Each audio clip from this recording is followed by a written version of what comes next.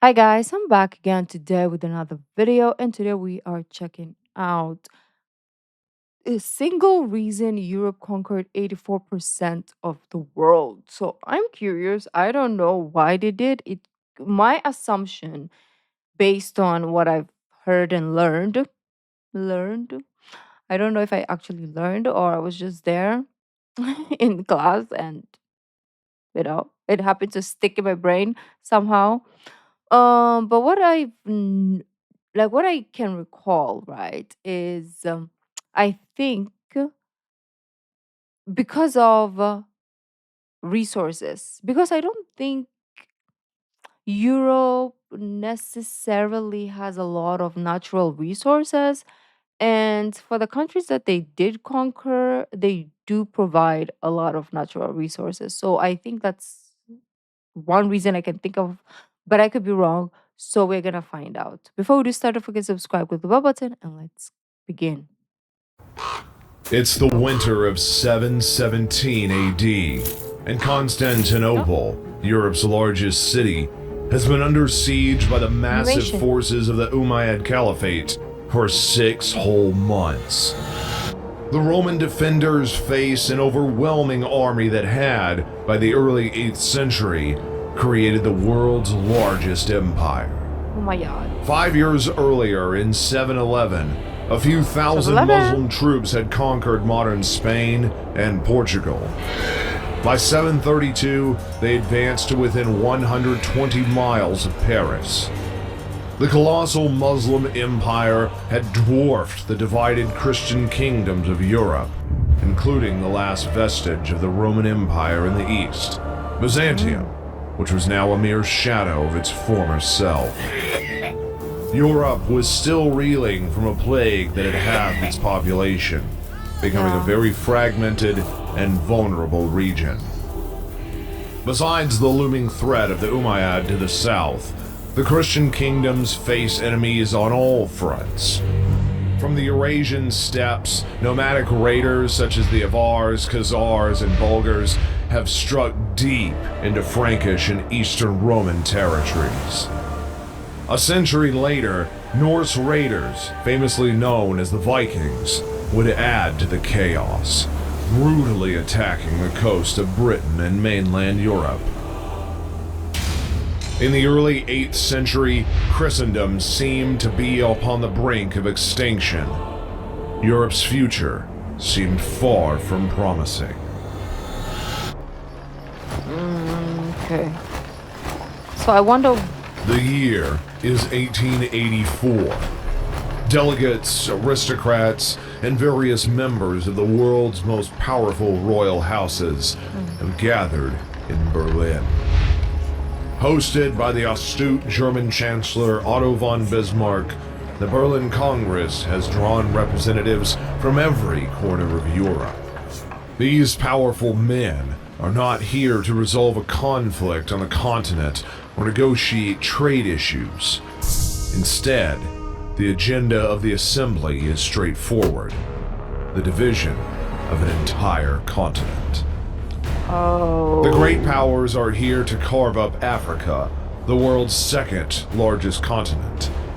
Within decades, Africa would fall under the iron rule of the French, Portuguese, Belgium, Italian, British, and German colonial forces. I was in the British By the late 19th century, part of Africa that was colonized, if you care to know. And the Asian part of my African part was colonized by British, and then my Asian part was colonized by Spain. Hello. Hi. Do you want to give us like something in return? No, just kidding. 84% of the globe had been ruled by Europeans at some point. Damn. Fueled by the Industrial Revolution, European domination seemed inevitable. For the last 4 centuries, Europe had witnessed unparalleled advancements in science, technology, philosophy, art, and most importantly, weaponry. Thanks to the European ingenuity, the journey from Europe to North America now takes just 7 days. Steam-powered boats and trains traverse the globe in weeks, while thousands of miles of telegraph cables enable almost instant communication across oceans. Yep. European control stretches as far as the Sahara Desert's endless sands to the luscious rainforests of the Amazon, from the bustling Hong Kong to the impassable passes of the Himalayas. This supremacy, however, has come at the cost of brutal suppression and exploitation of millions of non-European people. The transformation of Europe from a land of fragmented kingdoms to the first center of global dominance was nothing short of remarkable. Nearly a millennia ago, European kingdoms teetered on the brink of being swallowed by foreign empires. Yet, by the 19th century, their successors held the world in their hands.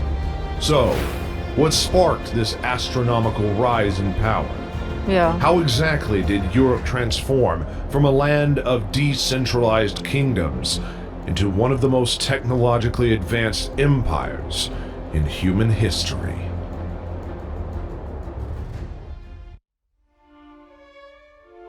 It is the end of the 17th century, I thought and it was Europe done. has been ravaged by bloody religious wars for nearly 100 years. Both Protestant and Catholic rulers have turned the fertile plains of Western and Central Europe into a violent chessboard. Monarchs now wield far greater control over their kingdoms when compared to their medieval counterparts. Small armies of futile levies have been replaced by large professional forces under the direct control of royal command. This shift minimized the personal risk for monarchs in losing a war. In the past, a major defeat might have cost a king not just his throne, but his life. Military failures dealt serious blows to the king's reputation. Monarchs with shaky reputations would often lose the trust of their nobles and, on occasions, sparked rebellions. Constrained by such high stakes, medieval European rulers were less willing to gamble their lives and thrones for military glory. In contrast, war was a well-liked pastime for the early modern ruler. With their rules solidified, their armies personally loyal to them, and the law of primogeniture having become a staple, monarchs are more daring than ever. With the stakes lowered, European rulers engaged in constant military competition. They heavily invested in their militaries and quickly adopted new innovations, particularly gunpowder weaponry. This intense arms race made European armies and weapons far superior to those of their Asian as well as African counterparts. Yet, Europe was not the only region with intense military competition. China had been using gunpowder weapons long before Europe. Yet, under the Ming and Qing dynasties, it predominantly fought nomadic horse riders, making the use of guns impractical and, eventually, leading to a decline in that technology. Meanwhile, Japan's gunpowder weaponry had been on par with Europe's, at least until the 1600s. But as the Tokugawa shogunate unified the Japanese islands, warfare became rarer, reducing the need for constant military advancement.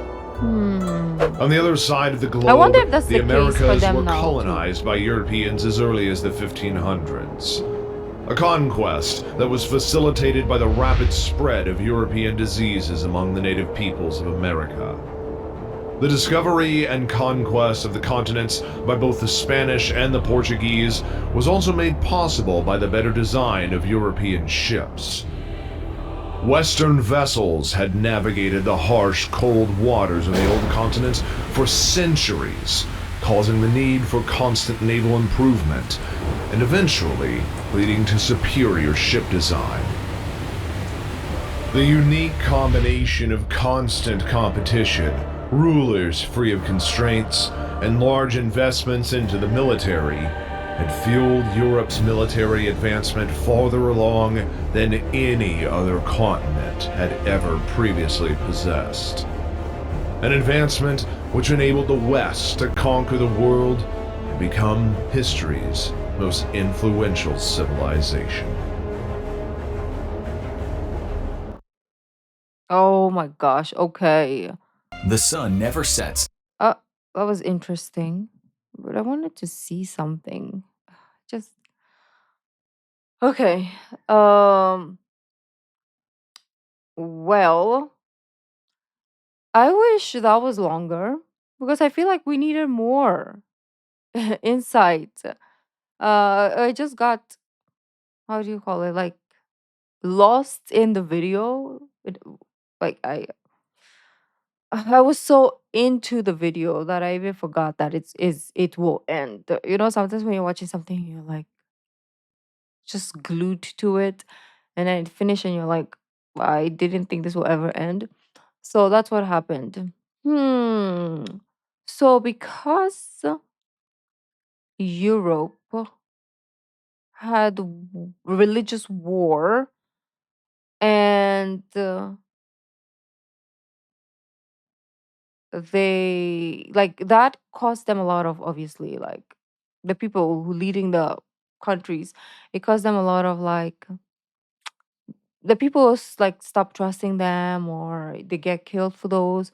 So they wanted to rule over